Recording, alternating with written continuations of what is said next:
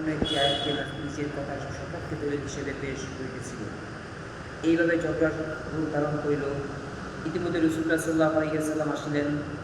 তার চেহারা মোবারক রাগের দরুন এরূপ রক্তবর্ণ হয়েছিল যেন তার চেহারা মোবারকের উপর ডালিমের দানা নিংড়ানো দেওয়া হয়েছে। তিনি আশা করলেন, হে লোকেরা, তোমাদেরকে কি এই ঝগড়ার জন্য দুনিয়াতে পাঠানো হয়েছে, আর না তোমাদেরকে কি উহার আদেশ করা হয়েছে? আমার এই দুনিয়া হইতে চলে যাওয়ার পর ঝগড়ার দরুন তোমরা একে অপরের বরদান ভাঙিয়া কাফের হয়ে দেও না, কারণ এ আমল খুব পর্যন্ত পৌঁছিয়ে দেয়। অর্থাৎ এই বর্তমানে যে জায়গা আছে যে বন্ধ হয় কোরআন দিয়ে দলিল দিব যে বুঝলেন না, যে আমরা হক দলে আছি, আমরা হক দলে আছি, দুজনে কি বিভিন্নভাবে মতনের জন্য দিয়ে পরস্পরে করছে। হযরতে আব্দুল ইবনে আব্বাস রাদিয়াল্লাহু তাআলা আনহু রাসূল করিম সাল্লাল্লাহু আলাইহি ওয়াসাল্লামের সাথে করেন যে হযরত ঈসা আলাইহিস সালাম বলেছেন, সমস্ত বিষয় তিন প্রকারের মধ্যে সীমাবদ্ধ। এক, এই যে উহা সঠিক হওয়া তেমন তোমার নিকট স্পষ্ট হয়ে গেছে, অতএব উহার অনুসরণ করো। দ্বিতীয়ত, এই যে উহা ব্যাঠিক হওয়া তোমার নিকট স্পষ্ট হয়ে গেছে, অতএব উহা হতে বাঁচিয়ে থাকো। তৃতীয়ত, এই যে উহার সঠিক ও ব্যাঠিক হওয়া স্পষ্ট নয়, অতএব উহার ব্যাপারে যে জানে, অর্থাৎ আলেমদের নিকট জিজ্ঞাসা করিয়া লোক। অর্থাৎ কোরআন শরীফের আয়াত হচ্ছে দুই ধরনের, একটাকে বলে মুহকাম, আরেকটাকে বলে মুতাশাবিহ। তো যেগুলো মুহকাম অর্থাৎ নির্ধারিত, এর মধ্যে কোনো নামাজ ফরজ, এর মধ্যে কোনো কি নেই, নামাজ 5 ওয়াক্ত ফরজ, এটা নিয়ে কোনো মাযহাব নাই যে তুমুকের নিকট 3 ওয়াক্ত ফরজ, তুমুকের নিকট 6 ওয়াক্ত ফরজ, এমন আছে না। যে এই মুখের নিকট রোজা 30টা ফরজ, এই মুখের নিকট 29টা বা 25টা।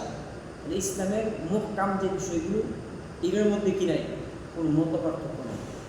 যেমন সুদ খাওয়া হারাম, এটা স্পষ্ট সকল ইমামদের মতে, এটা নিয়ে কি নাই, এটা কেউ কোন আর আলেমপন্থী কোন, যেই পন্থী কোন, এটা কি স্পষ্ট, মুহকাম কি স্পষ্ট।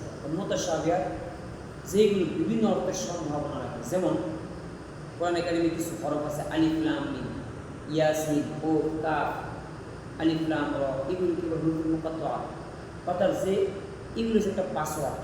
এর অর্থ আল্লাহ পাক জানেন, কিয়ামতের ময়দানে আল্লাহ পাক এর রহস্য উদ্ঘাটন করবেন।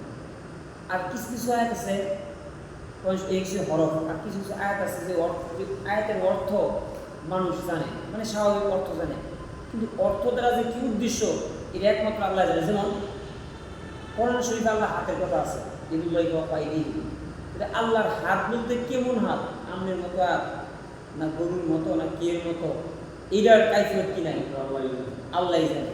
আল্লাহ আরশের সমাসীন, আল্লাহর আরশ কেমন, আমাদের সিয়ারের মতো না কেমন, আল্লাহর মুখের কথা কোরআনে আছে, কিন্তু আল্লাহর মুখ বলতে কি বোঝানো হয়েছে। তো কোরআনে কারিমে এরকম বিভিন্ন কি আছে, মুতাশাবিহাত আছে, যেগুলো কি অস্পষ্ট। এটি কইছে অস্পষ্ট বিষয়, এগুলো কী করো, আলেমদের কাছ থেকে কী করো জেনে নাও। আর অস্পষ্ট বিষয়ে আমল করা ফরজ না, এমন না এই বিষয়ে আমল করতেই হবে, ইসলামের ফরজ কিনা এটা বিধান, এটা ঐচ্ছিক। হযরত ইবনে আব্বাস রাদিয়াল্লাহু তাআলা হইতে বর্ণিত আছে যে রাসূল করিম সাল্লাল্লাহু আলাইহি ওয়াসাল্লাম ইরশাদ করিয়াছেন, আমার সহিত সম্পৃক্ততা করিয়া হাদিস বর্ণনা করিতে সতর্কতা অবলম্বন করিও, শুধু ওই হাদিসই বর্ণনা করিও যাহার হাদিস হওয়া তোমাদের জানা থাকে। যে ব্যক্তি জানিয়া বুঝিয়া আমার সহিত ভুল হাদিস সম্পৃক্ততা করিয়াছে, যে সে যেন দোজখের ভিতর আপন ঠিকানা বানাইয়া লয়। আর যে ব্যক্তি নিজে রায়ের দ্বারা কোরআনের কারিমের তাফসীর ব্যাপারে কিছু বলিয়াছে, সে যেন দোজখের ভিতর আপন ঠিকানা বানায় লয়। অর্থাৎ হাদিস, এই যে আমরা যে হাদিসটা বললাম, হাদিসটা বর্ণনা করছে এখানে ইবনে আব্বাস, রাসূল করিম সাল্লাল্লাহু আলাইহি ওয়াসাল্লাম থেকে কি হাদিসটা হচ্ছে। ইবনে আব্বাস রাদিয়াল্লাহু আনহু থেকে আমাদের আগে ইবনে আব্বাসের পরে যারা ছিল তারা শুনতে আমারও শুনছে, ওস্তাদ হচ্ছে আমি, আর অক্ষণে আমরা তো হচ্ছে আপনারা, ঠিক না।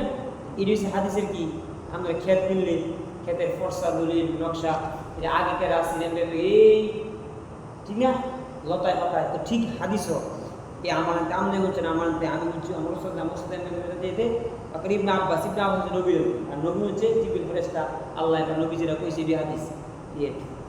তো নবীজি বলছে যে হাদিস সতর্ক অবলম্বন করিও, যে একজন কইছে ঘুম নিয়ে কী করো না, যাচাই করো, এটা কি অমুকের রেওয়ায়াত কি আছে কিনা, সঠিক আছে।